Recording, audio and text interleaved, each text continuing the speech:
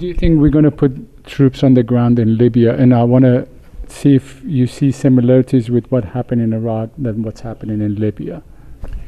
Well, I think there are more significant differences than similarities in Libya from the situation in Iraq. I hope we're not going to put troops in there, but you have to realize that when he talks about boots on the ground, there are already boots on the ground. The CIA is there, probably special forces are there as well. It's the old misconcept that you can prevail with a bunch of special forces, rangers, and CIA types.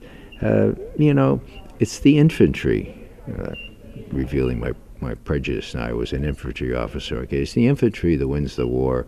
If you don't hold the ground, all the fancy air attacks and all the fancy special operations attacks are not going to win you much. Okay, we know that from Vietnam. We know that from other incarnations. So I hope we don't commit troops, but Obama's going to do what he considers to be the thing that will win him the election. If the neocons say you got to do this, or if those women say you have to do it, I don't see any backbone in him. I don't see anybody that he can turn to with any experience going back to Vietnam. And that's maybe a key thing here.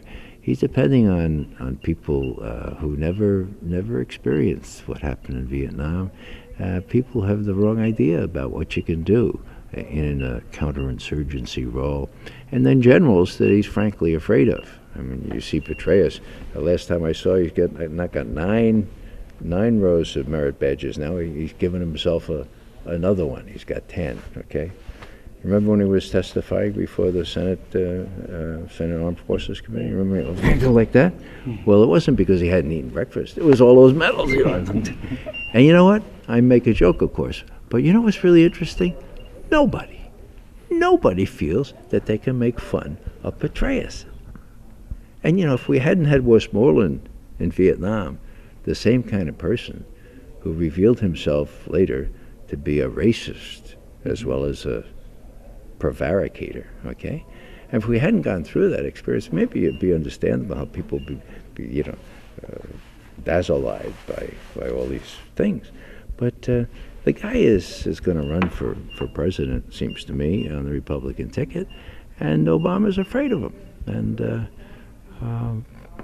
so, it's Petraeus that's running the war, and the worst thing, of course, is Petraeus knows that he can't win. So it's more and more cannon fodder, more and more waste of money, material, lives, and more damage to that country, Afghanistan. Any last words you'd like to give?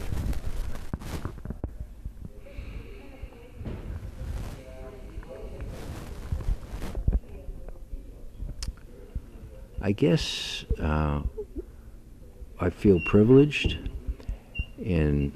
from my experience tonight, and it happens every time I speak to an audience. I look out and I see a sea of faces who are committed, who are activists. In this case, I asked how many consider themselves activists. I think about 80% put their hands up. Well, there are enough of us. There really are. Cesar Chavez used to say, don't be deceived. There are already enough of us. It's no longer necessary to wait. Speeches, articles, they're really fine, but without action, nothing's going to happen. And so I take a lot of heart from the people in Wisconsin. I take a lot of heart from the people I saw out here this evening.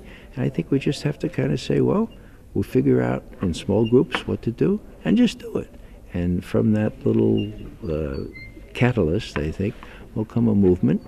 And I think we can surprise ourselves by just being faithful and not worrying too much about being successful.